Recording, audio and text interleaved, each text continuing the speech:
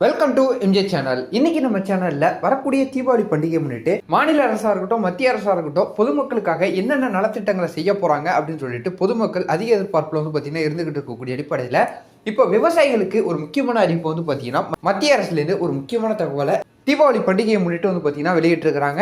So விவசாயிகளுக்கு ஒரு மகிழ்ச்சியான தகவல் அப்படின்னு சொல்லிட்டு பார்த்தீங்கன்னா சொல்லலாம். ஸோ இந்த விவசாயிகளுக்கு என்ன முக்கியமான தகவலை வெளியிட்டிருக்கிறாங்க அப்படிங்கிறத நம்ம வீடியோக்குள்ள போய் டீட்டெயிலாக பார்த்துடலாம். இந்த வீடியோவை ஸ்கிப் பண்ணாமல் ஃபுல்லாக பாருங்க. இப்போ தான் நம்ம சேனல் ஃபஸ்ட்டாக பார்க்குறீங்கன்னா சப்ஸ்கிரைப் பண்ணி பக்கத்தில் இருக்க பெல்லைக்கான கிளிக் பண்ணி வச்சுங்க. வாங்க வீடியோக்குள்ள போய் நம்ம டீட்டெயிலாக பார்த்துடலாம்.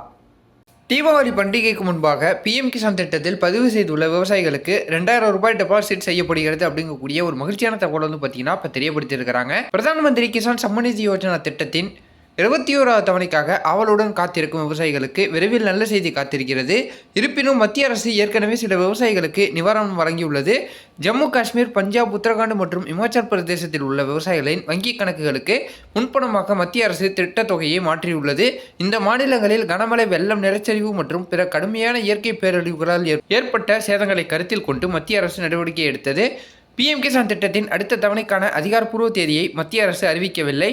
ஆனால் இந்த தவணை தீபாவளிக்கு முன், அதாவது அக்டோபர் 20ஆம் தேதிக்குள் விவசாயிகளின் கணக்குகளில் டெபாசிட் செய்யப்படலாம். கடந்த ஆண்டு 18வது தவணை அக்டோபர் 5ஆம் தேதியும் 15வது தவணை நவம்பர் 15ஆம் தேதியும் வெளியிடப்பட்டது.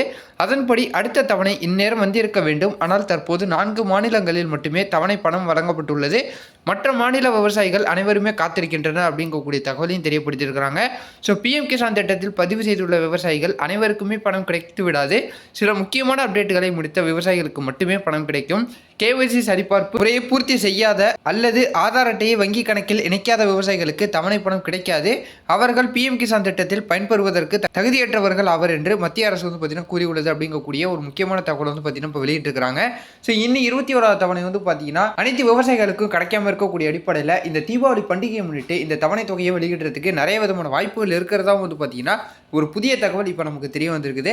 ஸோ இது போல மாநில அரசாக இருக்கட்டும் மத்திய அரசாக இருக்கட்டும் என்னென்ன நலத்திட்டங்கள் செய்ய போகிறாங்க அப்படிங்கிறத நீங்கள் தெரிஞ்சுக்கணும். உடனே நம்ம சேனலை சப்ஸ்கிரைப் பண்ணி தொடர்ந்து வாட்ச் பண்ணிக்கிட்டே இருங்க. ஸோ இந்த தகவல் உங்களுக்கு பயனுள்ளதுன்னா உங்கள் ஃப்ரெண்ட்ஸ் ஃபேமிலி எல்லாருக்கும் ஷேர் பண்ணி விடுங்க. அவங்க பார்த்து தெரிஞ்சுக்கிட்டு இது போல வரது நல்ல தகவல் நல்ல அப்டேட்டோட நான் உங்களை அடுத்தடுத்த வீடியோவில் பார்க்குறேன்.